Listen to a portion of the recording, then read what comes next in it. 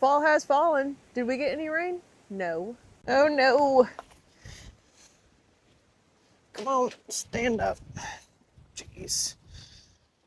This is my Hollywood juniper that I got an absolutely incredible deal on. I got it for $45. Look at it. It's gorgeous. It's a big one, but I'm waiting for some rain to plant it. That's kind of usually how I go about with trees. Here's the rain gauge after the cold front. I think the Metroplex got quite a bit of rain. We didn't not get any. It would just be nice. We live on a kind of road that's called caliche. If you've lived on a caliche road, you know what I mean when you wish for rain. Just some rain knocks the dust down on the road, knocks all the dust off the plants because the white dust from our road covers everything. But it doesn't get back here to this area. And I wanted to show you real quick before we dive into the planting projects for today, a seed mix that I used this spring on a piece of drip tape, just kind of like threw it on there because I didn't have anything else to put there. It has been my favorite, and the seed mix I'm talking about tends to be on sale like at Tractor Supplies and things like that right now. This row right here has been so much fun to watch. Look at this big tall salvia that's coming up through here. That's off of this row. All these gorgeous marigolds are off of this row. Even got these beautiful, more open marigolds, cosmos. It's been so much fun to watch. Oh, there's Mr. Spider. I didn't even know he was over here. Hey, buddy. Okay, I had to go grab it out of the shed. It was this one right here. And I think you can get this one at Walmart also, probably, if I had to guess. But you just sew it along some drip tape or wherever you have irrigation, or if you're willing to hand water, it doesn't matter. Throw it down after the last frost in the spring. And it has just, I've enjoyed it so much. Especially these dahlias. Doesn't that look like a tithonia? It's a dahlia, I promise. Stunning. Speaking of fall, now that the nights have cooled off considerably, because fall temperatures have come, the high today is going to be 90, but it's the nighttime temperatures that should really be prompting you to dial back your irrigation if you have your garden on irrigation. I've significantly dialed back my water because those really, really cool nights, like our nights are in the 60s.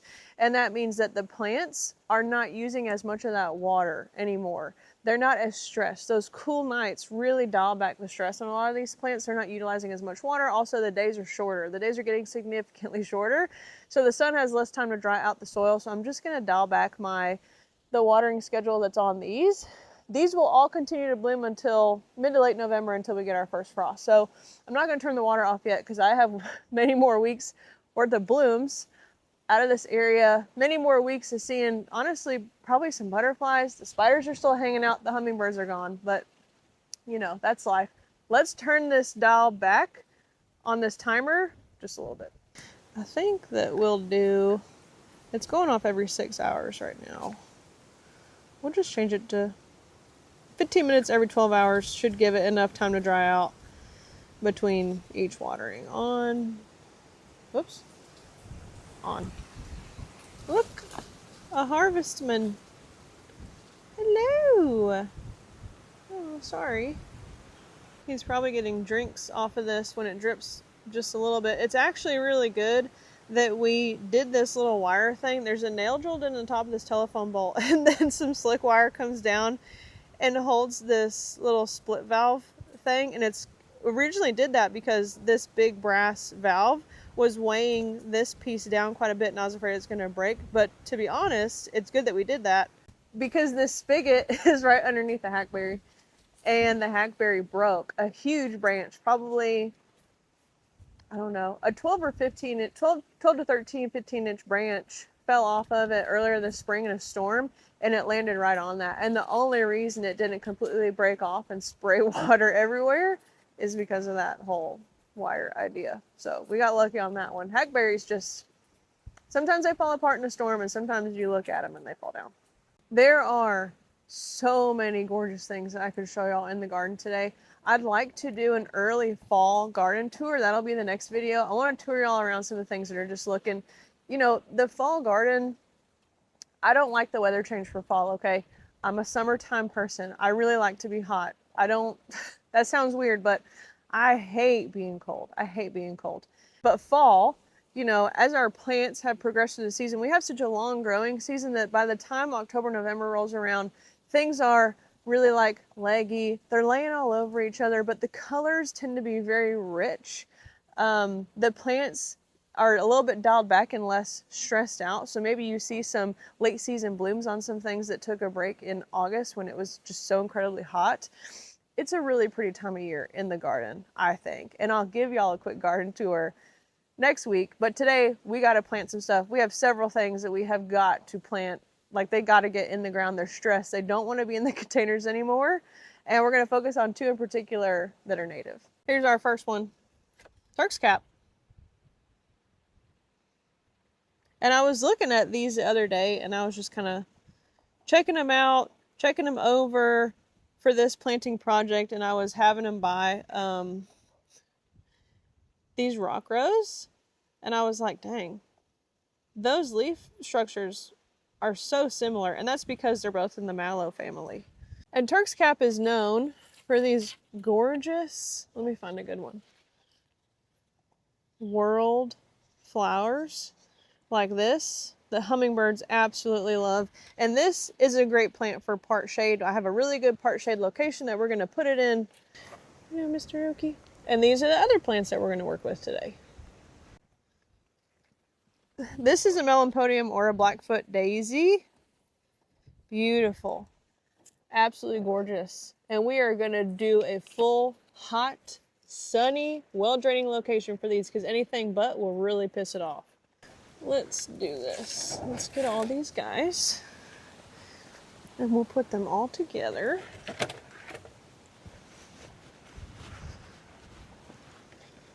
More. What is this? Oh, did I get 4? I got 4 Melampodiums. Good. I didn't realize I had 4. I thought I had 3. There we go.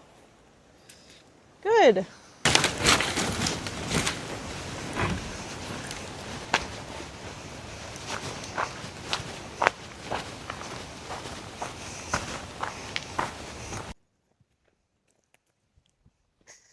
There we go. Oh, these are gonna look so good here. Hold on, let me show y'all.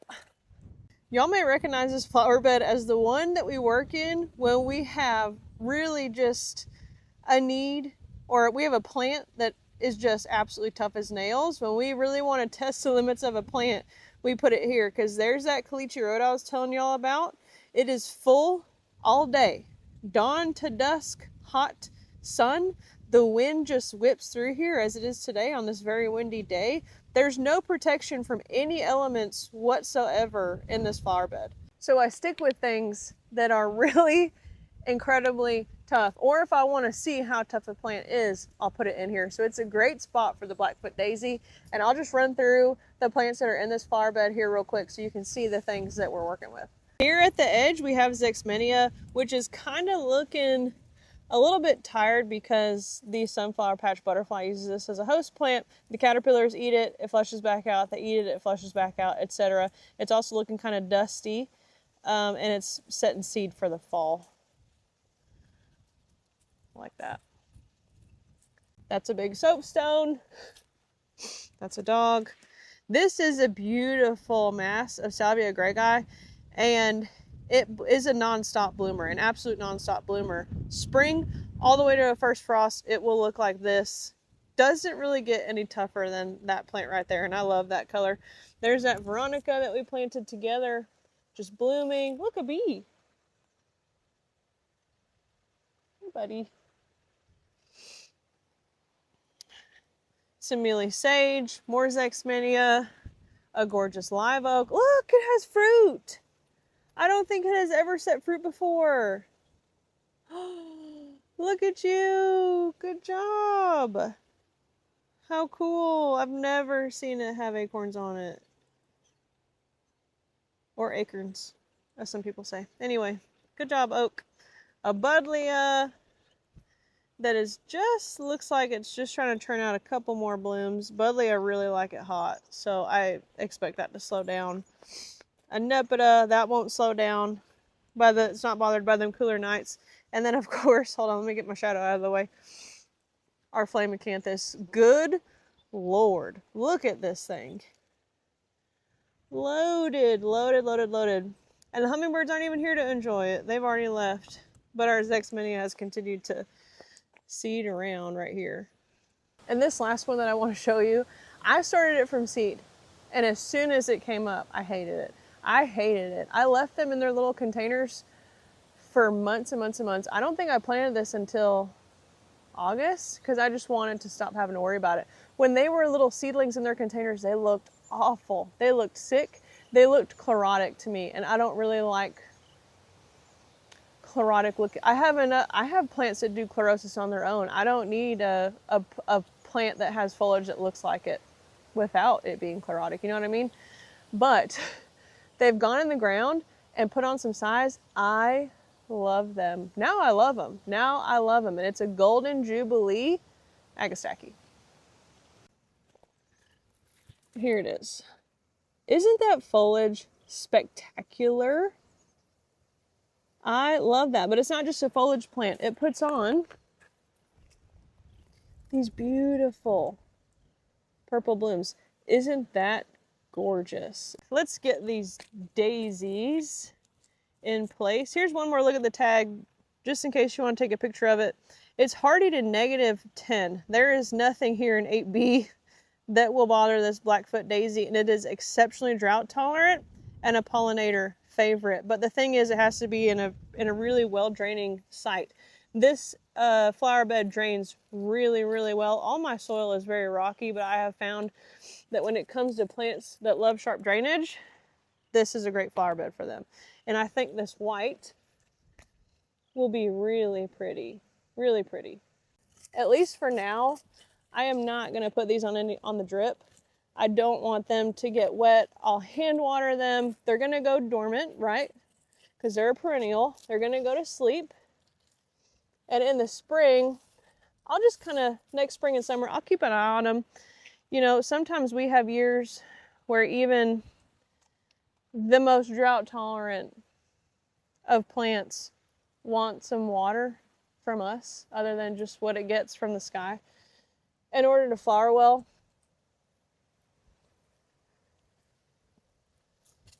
Hope y'all don't blow over. It is very windy. The only downside to this plant, to me, is the smell. I am very, very picky about smells. I'm really picky about, you know, shampoo and conditioner smells. We use that no scent laundry detergent because I just can't handle having a synthetic floral smell on me all day. We don't use dryer sheets. I just don't like it. It gives me a headache. I don't know what it is about it. It just really sets me off. But I was buying these at HEB, and the day that we were buying them, I think that was the day that I made the tree propagation video with y'all. That was the same day that we went and picked these up. And hadn't had lunch, hadn't had much food at all, so my stomach was kind of sour, kind of feeling kind of yucky. And we bought these daisies, and then I had to ride home with them, and it was a warm day. Man, I was really struggling. They're very sweet smelling, very floral smelling.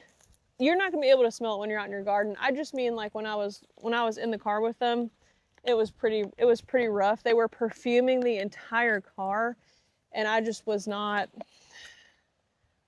feeling it. This is not a plant, and I've had these on the little shelf for a week, and they've been just blooming and blooming and blooming. As I'm working with them right now, I can't smell that. So I'm not trying to tell y'all that they're gonna make your garden smell bad. In fact, you might absolutely love the smell of Blackfoot Daisy.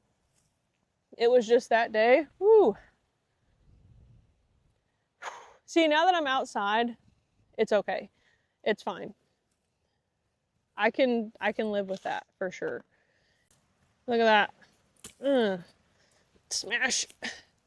Smash it. I gotta break it up. Come on. This cold weather always makes my nose run. Oh. There we go.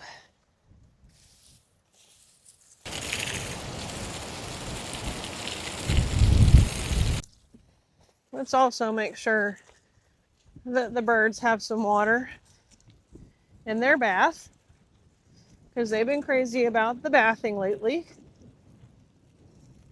Oh look, they got lots. We'll top it off for them. Some extra. There you go.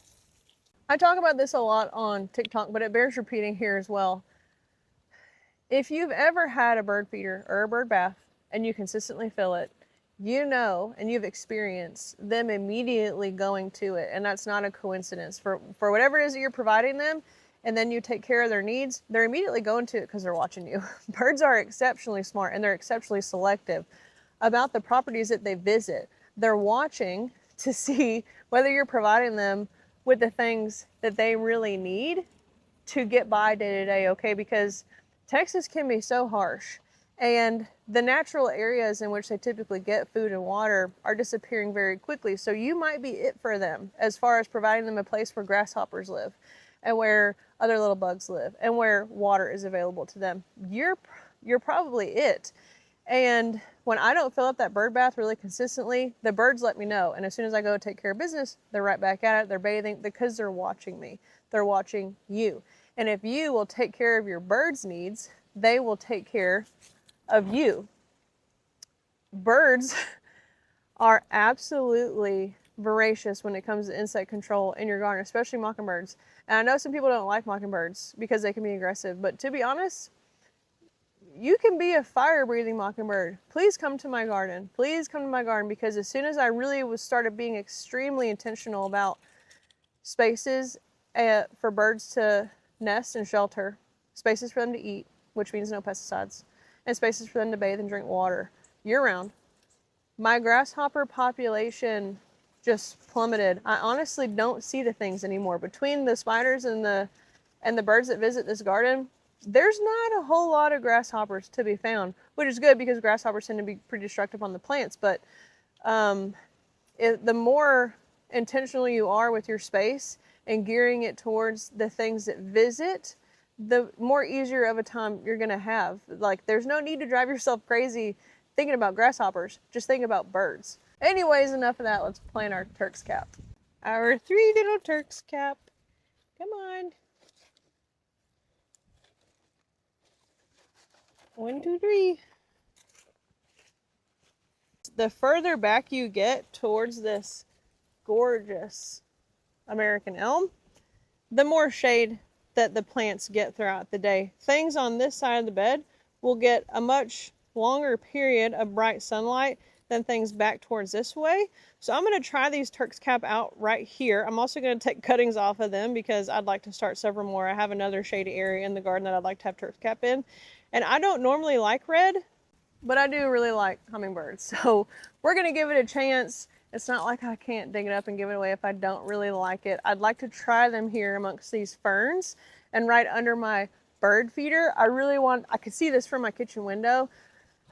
I'd love to see hummingbirds visit these, and I know they will. For me, it's just a matter of the sun. I'm taking a guess on the sun here, but I think they'll be fine. They're a native. They're extremely adaptable. I started this video, rock, jerk.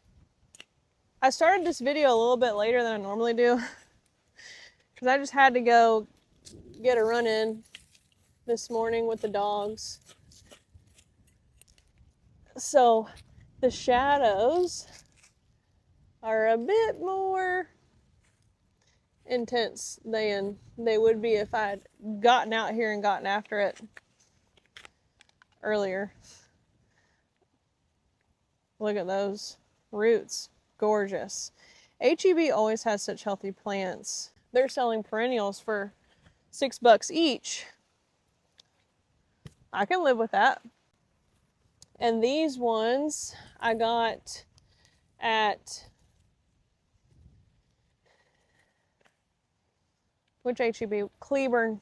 Cleburne got stocked a couple weeks ago with all the native plants. They have Turk's cap, they have coral honeysuckle, they have bee balm, they have that Blackfoot Daisy, salvia coccinea, hibiscus, salvia, like mealy cup sage. Really, really good stuff. And then you can go in and get your groceries.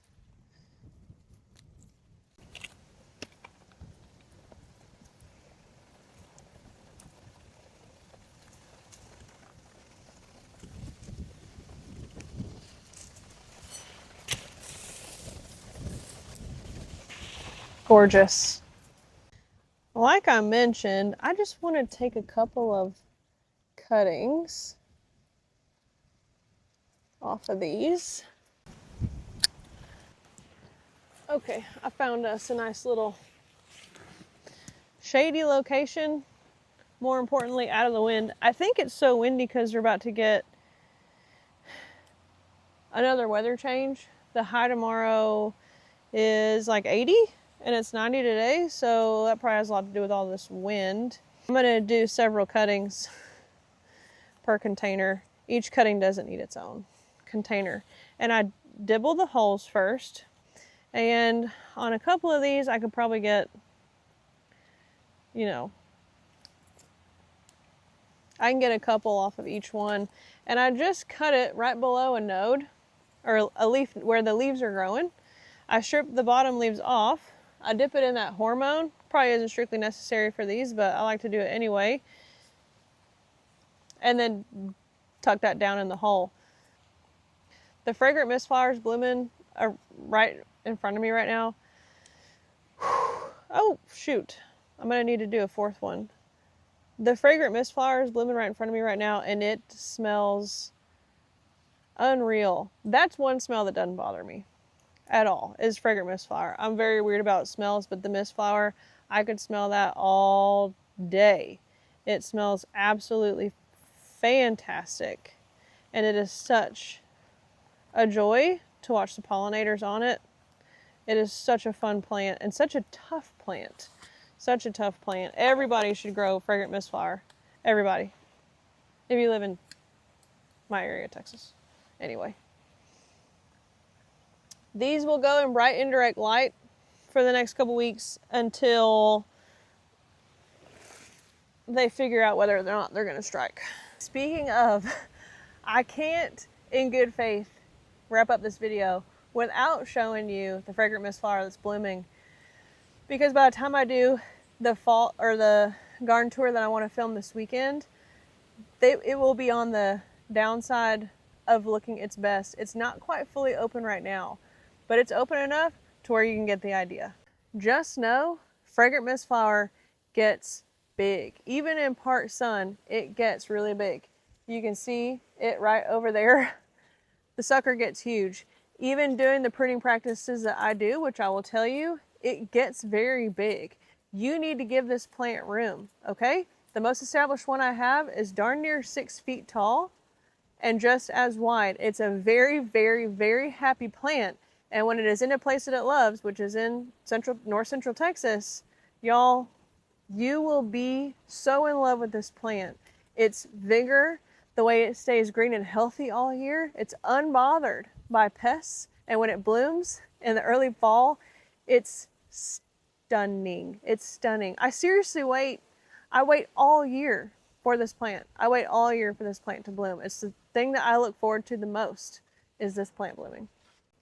Here is the biggest and the oldest one that I have. And as I stand here showing y'all these plants, I'm going to be bombarded with pollinators most likely, because the day has warmed up and they can smell this just as good as I can, y'all, and they become absolutely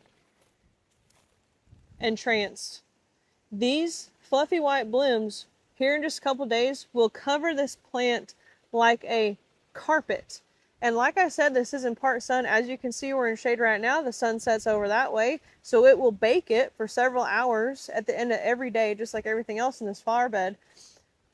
So it's not a deep shade plant, but it can take part sun, as evidenced here. It's covered in blooms. Where did you get that? Why do you just have a whole cow turd? It's so random. Hey, Rooster. Okay, here's some baby ones. These were 1 gallons when I put them in the ground, I don't know, 3-4 months ago. Covered in blooms, doing good. Here's my polished brass bone set. There's that growth that it's named for, polished brass. It's just kind of gone to seed. It's gorgeous. I'll leave all these seed heads on. That's the real star of the show these days, though. That had its time. That's another first year Mistflower. Sorry about the lighting. That's Mistflower, and all of that is Mistflower. So here in a couple days, I'll get video for y'all, make a short out of it, but oh, it's gonna be so gorgeous. It's already gorgeous. You will see Mistflower often classified as a zone. It's right there. As a zone 7. This plant made it through Winter Storm Uri, which was that some people call it Ice-mageddon, 2021 winter storm, in which it caused massive devastation to plants and trees all across Texas and people's homes and people's lives. One of the worst natural disasters to ever hit Texas and the United States in general. That survived it. It came back fine. The way that you need to care for this, Fragrant Mistflower is also called shrubby boneset. It's a shrub, but it's the kind of shrub that you prune hard. It blooms best and gets bushiest when you prune it. I take this back down to about 1/3 of its original size every single spring. Do not be afraid, okay? Cut it back in the early spring, late winter, early spring, cut it back. I'm gonna take that one behind me back to like 24 inches, okay? Cut it back. It's gonna bloom really good that way in the late summer, early fall if you treat it that way. Be aggressive with it, don't be scared of it. Look, you can see that butterfly from all the way over here.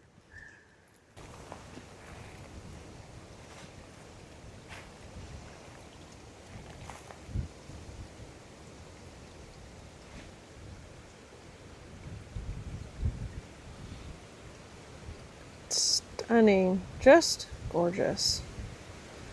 Just gorgeous. Anyway, that is it for us, and I will see y'all next time. Have a great week.